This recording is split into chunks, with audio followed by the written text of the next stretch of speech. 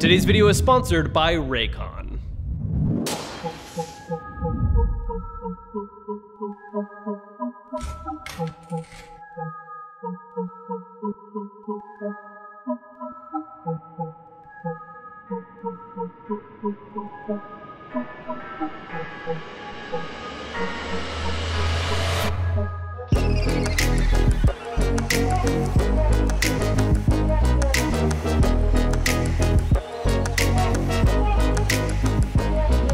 It's been a little while since I've given you guys a tour around the office, and quite a few things have changed, so let's go ahead and take a look at my gaming setup.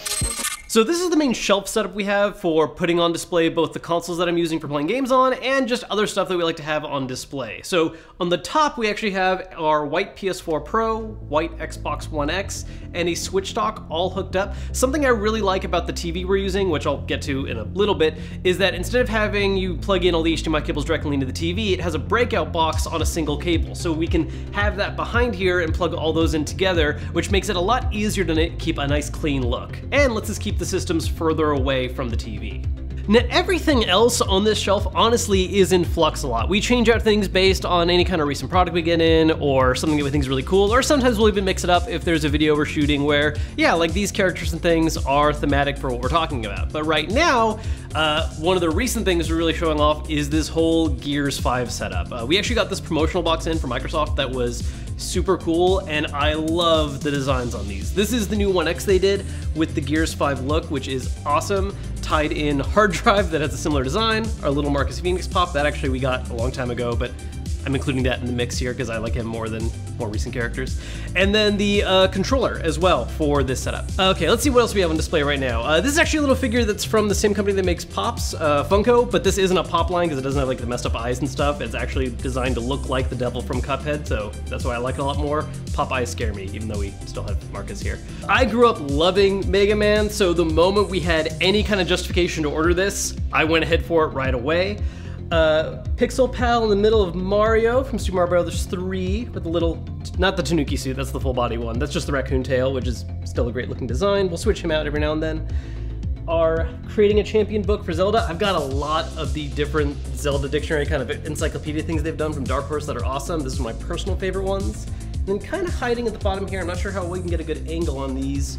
We've got the little tiny baby arm from Metal Gear Solid 5. If you don't know the joke about this, Japan got the same collector's edition, but with a 1:1 replica scale hand, whereas America got 1/2 scale. So it looks like a weird little baby robot arm instead of a normal sized one. Before moving on, I want to take a second to thank Raycon for sponsoring today's video. Raycon makes a line of awesome premium earbuds that start at only half the price of other brands while still offering amazing quality. I've been using their E25 earbuds and they are super comfortable thanks to having 5 different ear tip sizes to choose from to find the one that's just right for you. They've also got a lot of different great onboard controls. I can do things like pause and play a song, skip ahead, change volume, and even call up Siri. Paired with their portable charging case, they can last up to 24 hours on a single charge. If you want to check them out, make sure to go to the link down below and get 15% off your order.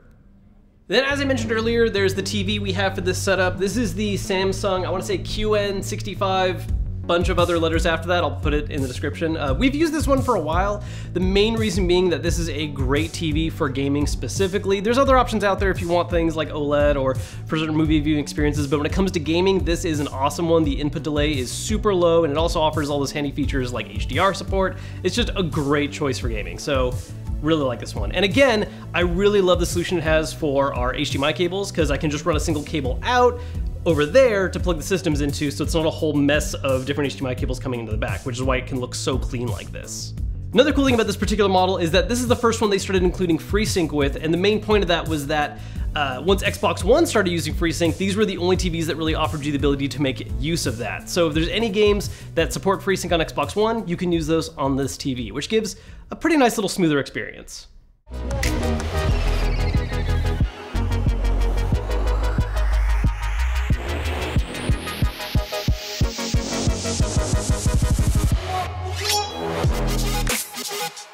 Now, if you've seen any of our past game room tours, this is actually kind of a mainstay that's been sticking around because people really love it. In fact, this is actually probably the one thing we've shown in our setup before that I've had a lot of other people show me their own takes on and them trying to kind of like make their own design of it. It's awesome. This is our controller wall where we have a lot of different Xbox One controllers on display because really out of the three major console companies right now, Xbox does the best job of making some awesome design controllers. So we've got a couple different ones on display that are all cool. I don't have time to cover each and every one of these, but let's kind of do some highlights real quick. This is actually the newest addition to it right now. This is the Sport Blue. They've been doing this whole Sport line lately that I really like the look of, and the blue is a great addition to it. Next to that is the white Elite controller. I'm still waiting for the Elite 2 to come out, but until then, this one actually has a little cool faceted D-pad that we got at last year's E3. This was at the display booth for trying the Elite 2. So it's sitting on the white one until that Elite 2 shows up, so we can grab one of those. Another classic that I really love is the Sea of Thieves controller. This is probably one of the most all-out designs they've done for a special edition one because it's not only just a lot of crazy stuff happening all at once. One of the coolest details about it is that all the green parts here on the controller is actually glow in the dark. So if you have it exposed to light long enough and then put it in the dark, you'll see the little skull and all these bits here light up, which is awesome. And then of course, what better way to complement Xbox One controllers than to have Nintendo question block lights. Look, they just look great against that blue wall. It's an awesome color combo. So here at the end of the room, that's just opposite of where the stairs where you come up, is our desk setup. We'll use this sometimes if we ever want to do something like, say, a shot where I'm showing some research I've done, or if there's just any kind of thing where it's useful to have a computer screen on handy, we've got our Surface set up. This is also where I'll actually do some research sometimes when there's a video topic that we need kind of like, you know, get some interesting bits of history on. Something this part of the room also really well highlights is the fact that we've got hues set up throughout the room, and that's how we're actually getting all these different tones of blues and pinks and sometimes other colors that we use to give that kind of vibe we have in a lot of our videos. We tend to focus on those ones a lot because it kind of has that retro 80s vibe that I love using a lot, but we'll mix it up sometimes, especially if it's a good kind of color match for whatever the theme of the video is. Now behind me is the back wall. This was kind of a weird thing when we first moved into this office because this was actually an open space down here that we turned into cabinets. And we have this up top area that we use to display a lot of different kind of bigger items we have, or just things that are really cool to have just out on display. So looking on the right, kind of just moving across, we've got the original Game Boy.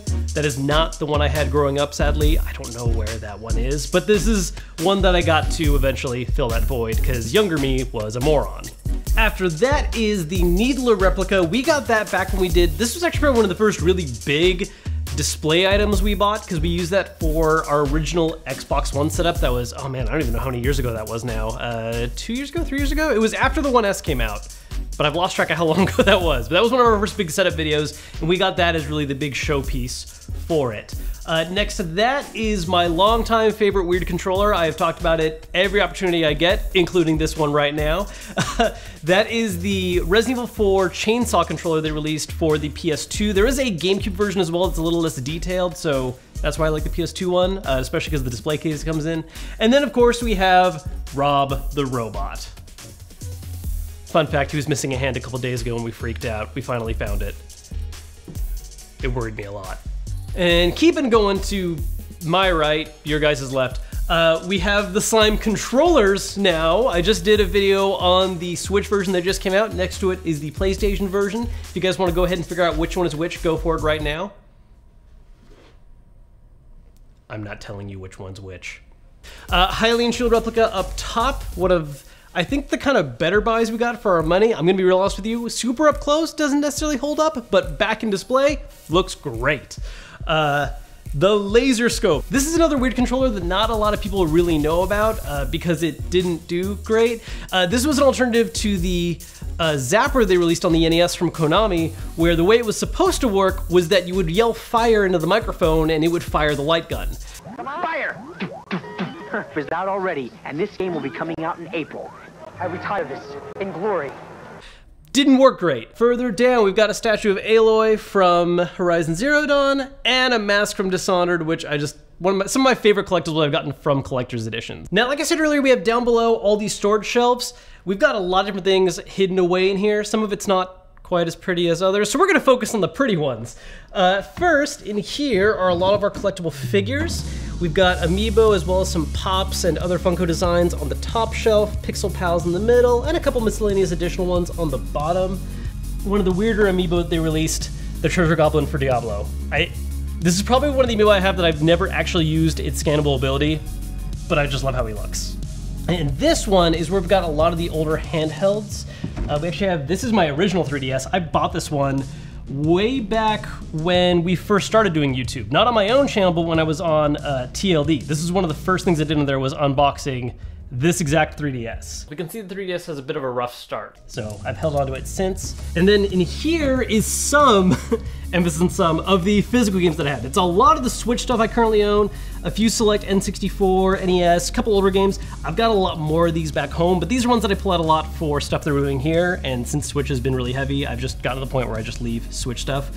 I'm a little bit of a relic still in that I love physical. There's certain specific games and some stuff that have been starting to do digital more often, but especially with the Switch, I've been basically all physical. It's just, it's the way I'm wired. I'm gonna keep doing it until it's no longer an option.